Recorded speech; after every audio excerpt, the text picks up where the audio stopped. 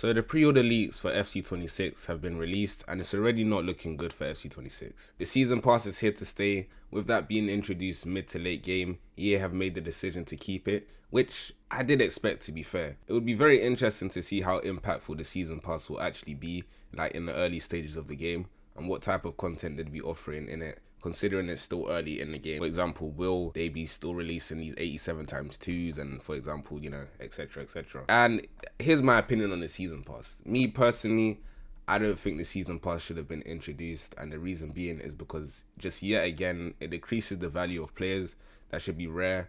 And what I mean by this is releasing packs like an 84x4 for basically, or maybe completing level 13 at the start of the game, like makes getting the Mbappes and other superstars much more attainable.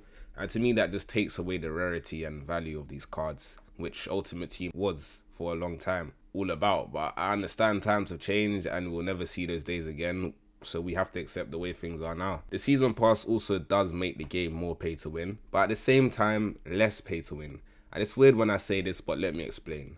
Allowing players to purchase the season pass with either coins or FP points or FC points gives players the option of whether they want to grind the game in order to reach the coin amount required to buy the season pass, which is a smart tactic by EA to increase playing time, to boost their statistics, and make the game seem like such a good game with the playtime statistic.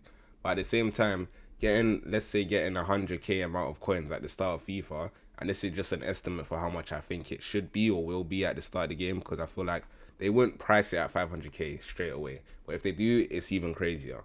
But getting, let's say, X amount of coins at the start of FIFA isn't really that easy, especially at the current stage of the game where you wouldn't want to even spend that amount on the season pass, maybe because you want to try out new players or build a team. Getting that amount of coins is difficult, whereas typing in the details of your credit card and pressing purchase is something that enables that pay to win argument.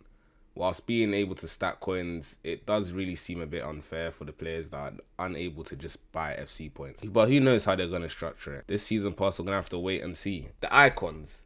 There's so many questions I have to ask for this. What does this mean for the value of icons? Releasing icons at the start of the game for absolutely free. And obviously when I say free, I don't mean exactly free, but if you get the pre-order Ultimate Edition, I believe, then they will grant you the icon for free. Yeah, so I thought initially it was going to be like the hero thing, where it comes out around October, September, but apparently it's at the start of the game. Well, not September, but November, October. Which is, I think, is kind of crazy. I want to break it down like this. At the start of FC25, they changed the reward system for champs and rank 1. Giving you an icon was essentially the icing on top for as to why getting rank 1 was so special.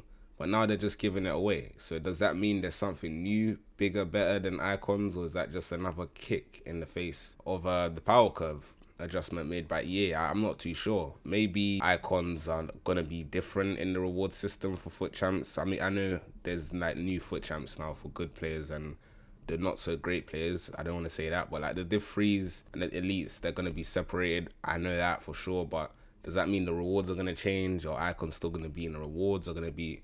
I feel like they're just going to be much more attainable from what I'm seeing here. I don't know what the power curve is even going to look like if we're getting icons so early. I mean, the same thing happened for heroes, and we saw how bad the turnout for heroes were in FC25. I don't think there was one hero that was significant enough to be put in teams until like the third promo. So yeah, it's I don't know, it's kind of tough to tell, but icons at the start of the game, it doesn't seem sensible. I feel like we're taking a turn onto the mobile FC type of thing, which they did say, by the way, they were going to start doing. Unfortunately, FIFA on console was going to become more like mobile. And if you don't know what mobile's like, you just get like 101/108 rated players. It's kind of weird, but I don't think they'll take it I don't think they'll take it to that extent, but yeah, the kind of vibe with the packs and stuff is where we're heading to.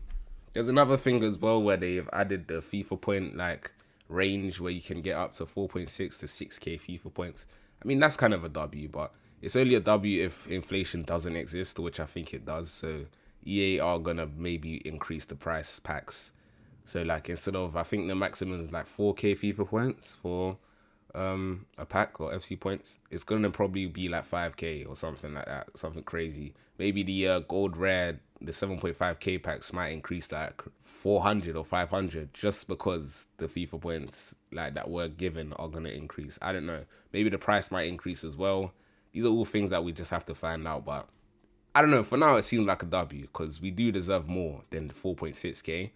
I don't know if it's just me, but I see my 4.6k like in like 5 seconds and it just vanishes so quickly. So yeah, that is kind of a W. And not that I really care too much about Evos, but you also get an additional Evo slot. I'm not entirely sure what this means, but my guess is that when you're completing Evos, you now get to add another player to activate when you're completing other players. So you just get to do more than one or more Evos than someone that didn't pre-order the game, I guess. Like, yeah, you get to complete, like, I think this maximum was 2 or 3 Evos. Now it's going to probably be like 4, if I'm not mistaken, depending on the number. But yeah, you probably might be able to do more Evos, which is not really a pre-order bonus, in my opinion. I think that's just nice. That's for the people lacking patience. But at the same time, the people lacking patience are the ones that pre-order it 7 days before the game actually comes out. I'm guilty. But yeah, I don't really care about Evos too much. And then the last thing is that you get like a 95 or 93 plus icon pick. But that's for FC25 once you pre-order the game. I don't know when they give that to you, but that's obviously not really essential because the game will be dead by then. So yeah, thoughts on the changes. I'm not too keen on the icon being at the start of the game, but I'm at the same time I'm very curious to find out what it actually entails for the icons, like the future of icons. And yeah, if there's going to be anything else that's more impactful than icons, because I feel like they're the best thing in the game. Season pass, just hoping it's not 500k at the start of the game, because that'll be insane. I don't know how many people would actually buy that, but yeah, other than that, the other things I'm not really like too fussed about. I just thought, yeah, I just give my thoughts and opinions on the FC26 leaks, and I'll be sure to make more videos like this, just explaining my thoughts and like breaking down the details. But hope you guys enjoyed the video. Please leave a like and subscribe. Peace.